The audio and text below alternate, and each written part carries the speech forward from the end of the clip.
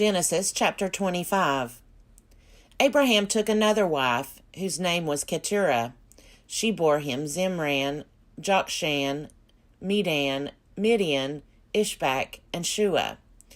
Jokshan was the father of Sheba and Dedan. The sons of Dedan were Ashurim, Letushim, and Lumiam. The sons of Midian were Ephah, Epher, Hanok, Abidah, and Eldah. All these were the children of Keturah. Abraham gave all he had to Isaac, but to the sons of his concubines Abraham gave gifts while he was still living, and he sent them away from his son Isaac eastward to the east country. This is the length of Abraham's life, 175 years. Abraham breathed his last and died in a good old age, an old man and full of years, and was gathered to his people.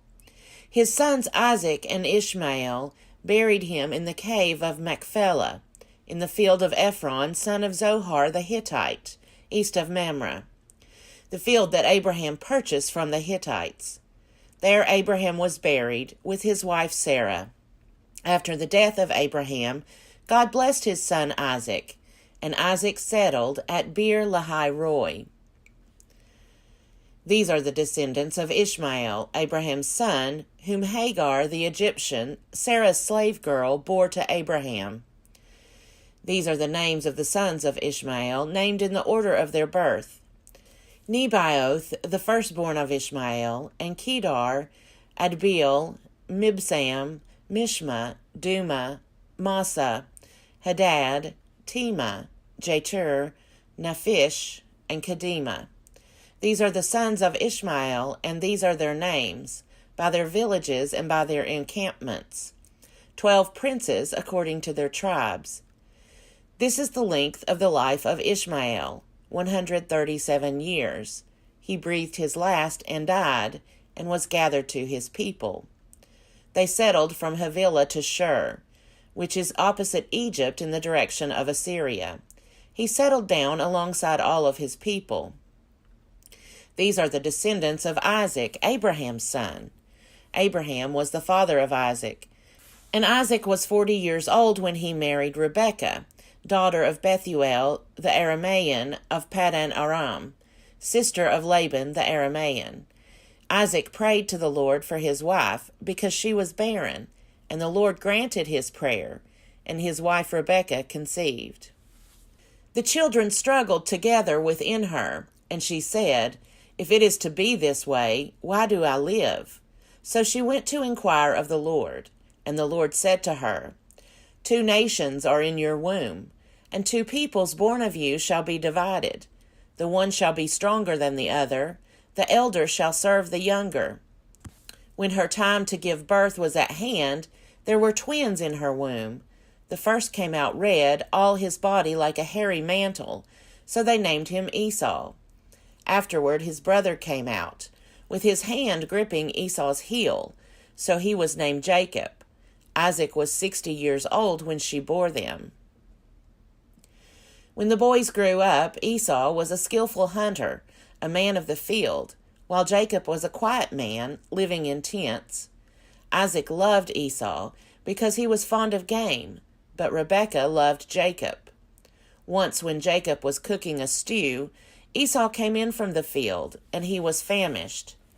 Esau said to Jacob, "Let me eat some of that red stuff, for I am famished." Therefore he was called Edom. Jacob said, "First sell me your birthright."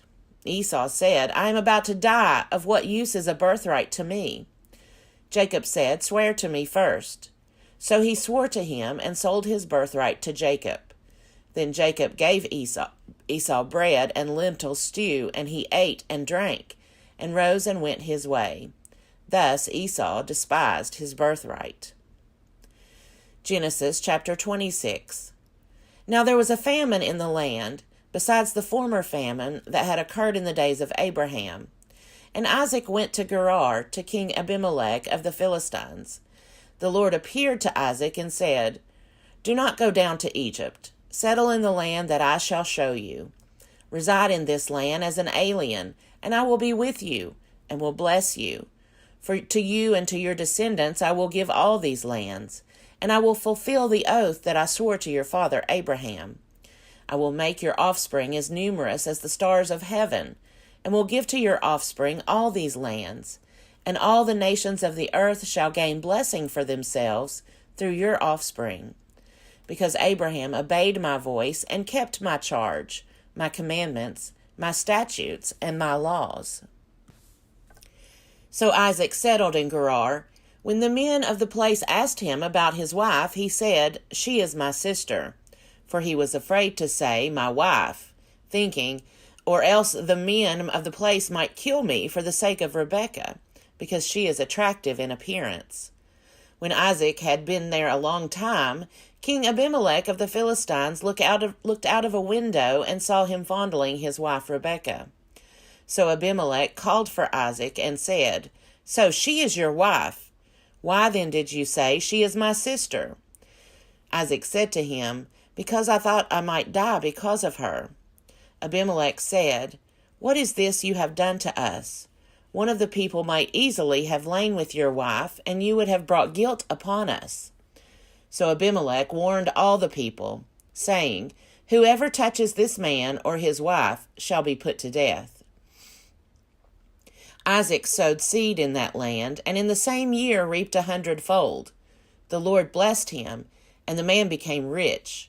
He prospered more and more until he became very wealthy. He had possessions of flocks and herds, and a great household, so that the Philistines envied him. Now the Philistines had stopped up and filled with earth all the wells that his father's servants had dug in the days of his father Abraham. And Abimelech said to Isaac, "Go away from us. You have become too powerful for us." So Isaac departed from there and camped in the valley of Gerar and settled there. Isaac dug again the wells of water that had been dug in the days of his father Abraham, for the Philistines had stopped them up after the death of Abraham. And he gave them the names that his father had given them. But when Isaac's servants dug in the valley and found there a well of spring water, the herders of Gerar quarreled with Isaac's herders, saying, "The water is ours." So he called the well Esek, because they contended with him. Then they dug another well, and they quarreled over that one also. So he called it Sitnah. He moved from there and dug another well, and they did not quarrel over it. So he called it Rehoboth, saying, "Now the Lord has made room for us, and we shall be fruitful in the land." From there he went up to Beersheba, and that very night the Lord appeared to him and said, "I am the God of your father Abraham. Do not be afraid, for I am with you, and will bless you and make your offspring numerous for my servant Abraham's sake." So he built an altar there, called on the name of the Lord, and pitched his tent there. And there Isaac's servants dug a well. Then Abimelech went to him from Gerar, with Ahuzath his adviser, and Phicol the commander of his army. Isaac said to them, "Why have you come to me, seeing that you hate me and have sent me away from you?" They said, "We see plainly that the Lord has been with you.